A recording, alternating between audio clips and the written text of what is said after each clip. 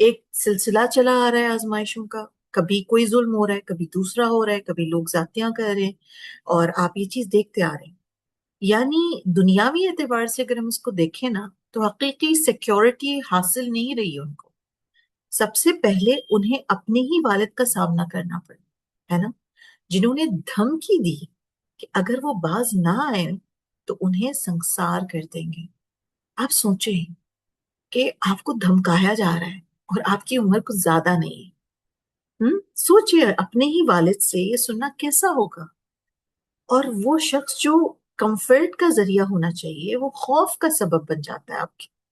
پھر ابراہیم علیہ السلام نمرود کے سامنے کھڑے ہوئے، ایک ایسا بادشاہ جو تکبر میں چور ہے، اندھا ہے، ہاں، اتنا اندھا، اور یہ کہہ رہا ہے کہ میں زندگی دیتا ہوں اور میں موت بھی دیتا ہوں، اور وہ ایک قیدی کو آزاد کرتا ہے اور ایک بے گناہ کو قتل کر دیتا ہے، صرف اپنی طاقت ثابت کرنے کے لیے۔ پھر ابراہیم علیہ السلام ایک اور ظالم بادشاہ کے سامنے آئے، جو مصر کا بادشاہ ہے، اور جو ظلم اور دوسروں کی چیزیں چھین لے کے لیے مشہور تھا۔ ہم؟ اب بار بار آپ دیکھیں تو یہ ظلم کا جو سلسلہ ہے یہ چل رہا ہے، مطلب ایک کیفیت سے دوسری کیفیت۔ آپ کہیں پر بھی یہ نہیں دیکھ رہے کہ یہ جو تھریٹننگ والی فیلنگ ہے، جہاں پہ ان کو کانسٹنٹلی ایک خوف ہے کہ آگے کیا ہوگا، بے یقینی۔ اور ان سارے سچویشنز میں خوف کو محسوس کرنا، ڈر کو محسوس کرنا ایک فطری سی بات ہے نا۔ لیکن ہر مرحلے میں آپ یہ چیز دیکھتے ہیں کہ اللہ سبحانہ وتعالی نے ان کی حفاظت فرمائی، ہمیشہ مشکل کو فوراً ختم کر کے نہیں، بلکہ ہمیشہ آپ یہ دیکھیں گے کہ ان کے دل میں سکینت کو نازل کر کے۔ مشکلیں ختم نہیں ہوئی، زندگی آسان نہیں بنی، بٹ دل میں ایک سکینت محسوس ہو، ان کے لیے ایسے راستے کھول کر جہاں بظاہر کوئی راستہ نظر نہیں آتا تھا۔ اور اس سے ہم ایک بہت ہی امپورٹنٹ لیسن لرن کرتے ہیں۔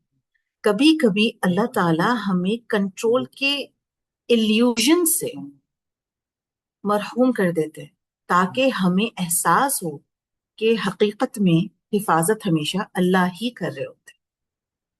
کیونکہ ہمیں سے بہت سے لوگ خود کو اسی لیے سیکیور محسوس کرتے ہیں، کیونکہ ہمیں لگتا ہے ہمارے پاس ابھی بھی بہت چیزوں کے اوپر کنٹرول ہے، ہمارے پاس کچھ وسائل ہیں، مطلب ہمیں چیزوں کا پتہ ہے۔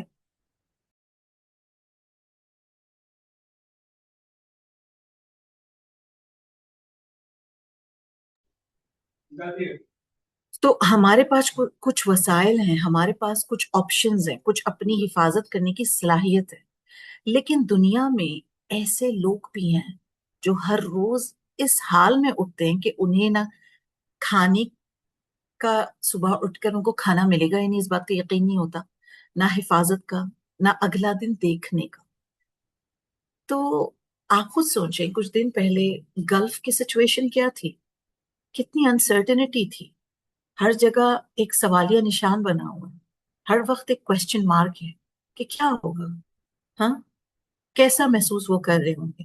جبکہ بظاہر تو آپ دیکھیں گے تو سیکیور جگہ پر ہیں، ایک سیف ملک میں ہیں، اور ان ممالک کے بارے میں کہا جاتا ہے کہ وہاں پہ بندہ بڑا سیف ہوتا ہے، ان کے پاس ہائیسٹ ٹیکنالوجی ہے اور ریسورسز ہیں اور سب کچھ ہے۔ اس کے بعد یہ کیفیت دیکھی گئی جہاں پر اتنی انسرٹنٹی ہے۔ تو دنیا میں اس طرح کی بھی کیفیتیں آج بھی ہیں۔ پھر ایسے وقتوں میں انسان کے پاس کیا باقی رہ جاتا ہے، جب اس کو پتہ ہے کہ یہ سارے سسٹمز فیل ہو رہے ہیں، اس کو پتہ ہے کہ سارے نظام کچھ کام کے نہیں ہیں، یہ آپشنز میری حفاظت نہیں کر سکتے، میری صلاحیت میری حفاظت نہیں کر سکتے، تو آپشن کیا رہ جاتا ہے ہمارے پاس؟ دعا کا۔ آپ اپریسڈ لوگوں کی، جو مظلوم ہوتے ہیں نا، ان کی دعاؤں میں نا ایک اخلاص محسوس کر سکتے ہیں، کیونکہ ان کے پاس بس یہی ہوتا ہے، وہ مکمل طور پر اللہ سبحانہ و تعالیٰ پر ریلائی کر رہے ہوتے ہیں۔ اور شاید اسی لیے مظلوم کی دعا مختلف محسوس ہوتی ہے، کیونکہ دنیا کے تمام وسائل ختم ہو جاتے ہیں تو دل مکمل کس چیز پر ڈیپینڈ کرتا ہے؟ اللہ کی طرف رجوع کرتا ہے. تو ہم یہاں پہ بات کر رہے ہیں تھیورٹیکل توکل کی نہیں بات کر رہے، اصل توکل کی بات کر رہے ہیں. وہ توکل جہاں بندہ حقیقت میں سمجھ لیتا ہے اللہ تعالی کے سوا میرا کوئی نہیں ہے.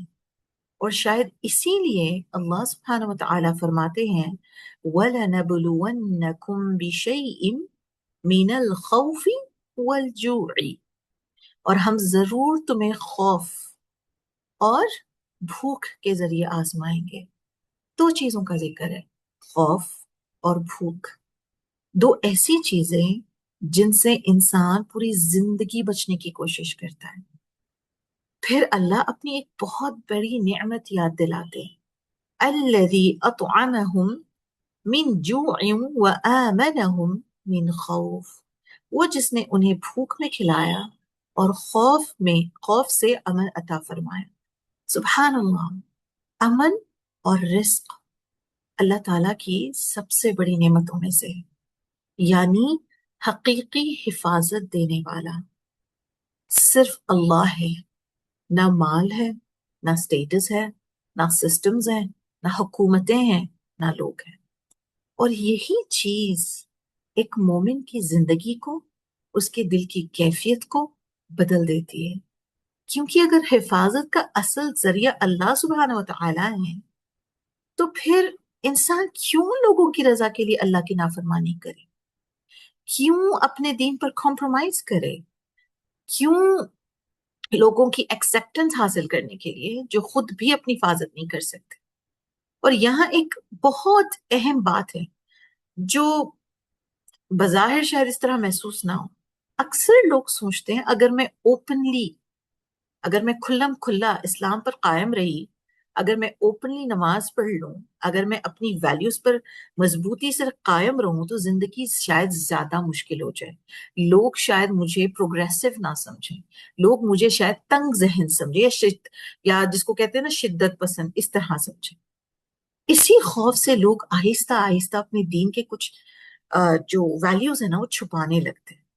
لیکن ابراہیم علیہ السلام کی زندگی سے آپ اس کے برعکس کوئی چیز سیکھتے ہیں کہ اللہ سبحانہ تعالیٰ نے ابراہیم علیہ السلام کی حفاظت، ان کی دعوت جو حق پر تھی نا اس کی وجہ سے فرمائے، ان کے حق پر ڈٹ جانے کی وجہ سے. اسی لیے اللہ سبحانہ وتعالیٰ پیارے نبی صلی اللہ علیہ وسلم سے کیا فرماتے ہیں؟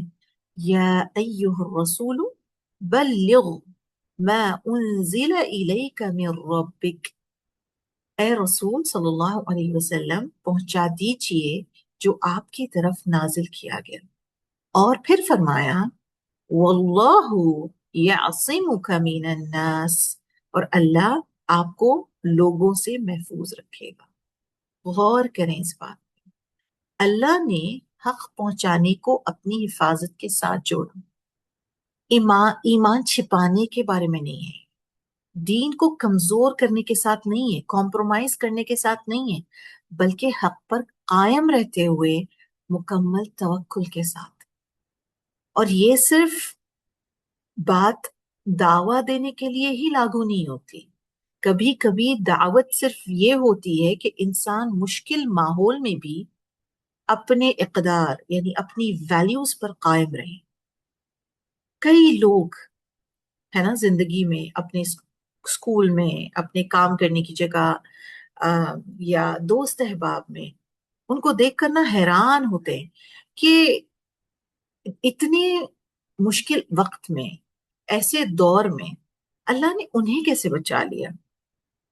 مطلب دل کیسے گناہوں میں گرنے سے محفوظ رہا ان سب کا، جبکہ ہر طرف وہ چیزیں موجود تھیں. اور کبھی کبھی انسان بعد میں سمجھتا ہے کہ اللہ نے اس کی حفاظت انہی ویلیوز کی وجہ سے فرمائی تھی. اور بعض اوقات آپ کا اپنی ویلیوز پر قائم رہنا دوسروں پر بھی اثر ڈالتا ہے. لوگ شاید اپنی کھل کے بات نہیں کرتے، لیکن انہیں ایسے انسان کے ساتھ ایموشنل سیفٹی محسوس ہوتی ہے جو اللہ تعالیٰ کو یاد رکھتا ہے، جس کی ویلیوز نا بغیر کوئی اس طرح کا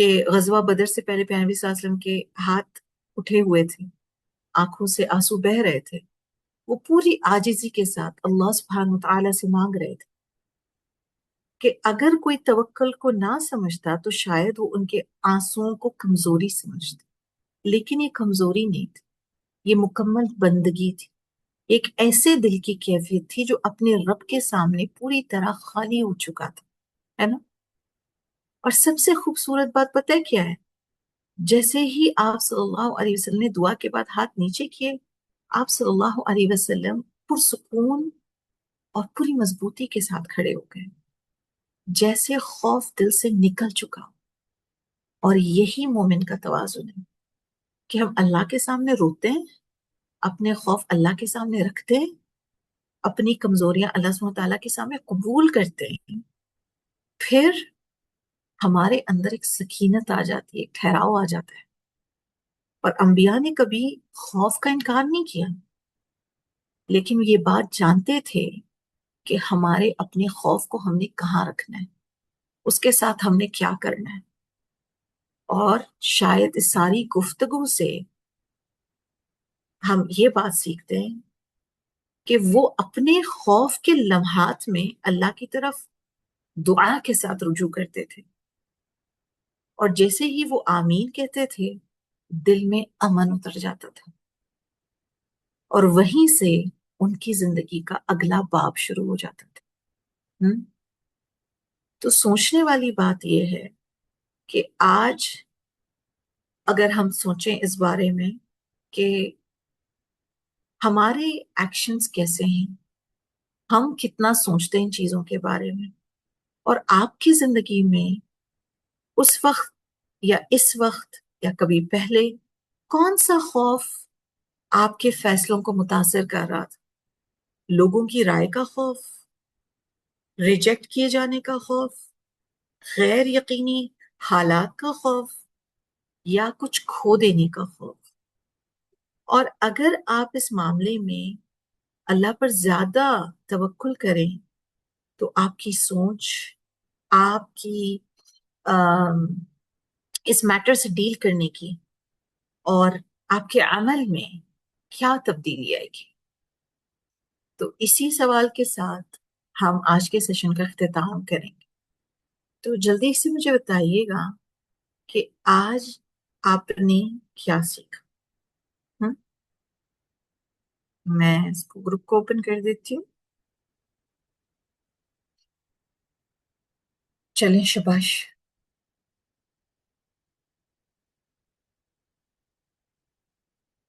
اللہ سے تعلق، اوکے۔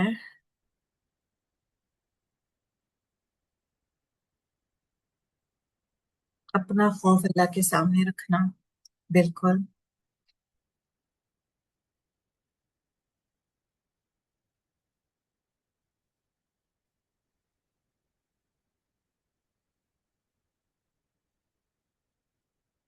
اللہ پر کامل یقین، خوف کے ٹائم اللہ کی طرف رجوع کرنا، اللہ پر توکل۔ توکل کا اصلی ڈیفینیشن کیا ہوگا؟ توکل کا ڈیفینیشن یہ ہے کہ ہم صرف یہ مانے زبانی کہ اللہ ٹھیک کر دیں گے، یا توکل کا ڈیفینیشن یہ ہے کہ ہمارے فیصلوں میں، ہماری بات چیت میں، ہمارے معاملات میں اور ہماری دل کی کیفیت میں وہ توکل چھلکے، ہے نا؟ کہ ہمیں پتا ہو کہ جو بھی ہے، جو امن ہے، وہ اللہ کی طرف سے آنا ہے۔ اور یہ ساری باتیں سمجھنے کے بعد یہ نہیں ہوگا کہ آپ کبھی خوف محسوس نہیں کریں گے، لیکن وہ خوف آپ پر حاوی نہیں ہوگا، ٹھیک؟ مقصد یہ ہے کہ خوف کو اپنے اوپر حاوی نہیں کرنا، خوف آپ کو کنٹرول نہ کرے، آپ اپنے جذبات کو کنٹرول کریں، جذبات آپ کو کنٹرول نہ کریں، ٹھیک ہے؟ اور ہم یہ چیز سیکھتے ہیں ابراہیم علیہ السلام کی زندگی سے۔ ریکارڈنگ کہاں سے ملے گی لیکچرز کی؟ ایک لیکچر کی مجھے ریکارڈنگ مل گئی ہے اور میں نے وہ شیئر کر دی تھی، لیکن کل کی مجھے نہیں ملی، اور آج کی بھی انشاءاللہ میں کل تک شیئر کرنے کی کوشش کروں گی، ٹھیک ہے؟ آپ لوگ الاصل کا یوٹیوب جوائن کریں، وہاں پہ آپ کو آسانی کے ساتھ یہ ساری چیزیں مل جائیں گی. اگر آپ نے انگلش سیشنز مس کیے تو انگلش یوٹیوب پہ اویلیبل ہے، اور انشاءاللہ آپ اس کو جوائن کر سکتے ہیں اب سے آدھے گھنٹے میں. ٹھیک ہے. بارک اللہ فیکم جمیعاً ایوری ون. اور میں امید کرتی ہوں کہ میری ملاقات آپ سے دوبارہ ہوگی کل، ایمان اور صحت کی بہترین حالت میں. اور اللہ تعالیٰ ہم سب کو توفیق دیں کہ ہم اصل توکل کو سمجھ سکیں اور اصل راہ ابراہیم پر چلنے کی ہم سب کو توفیق دیں اور استقامت دیں. سبحانك اللهم وبحمدك أشهد أن لا إله إلا أنت أستغفرك وأتوب إليك. السلام عليكم.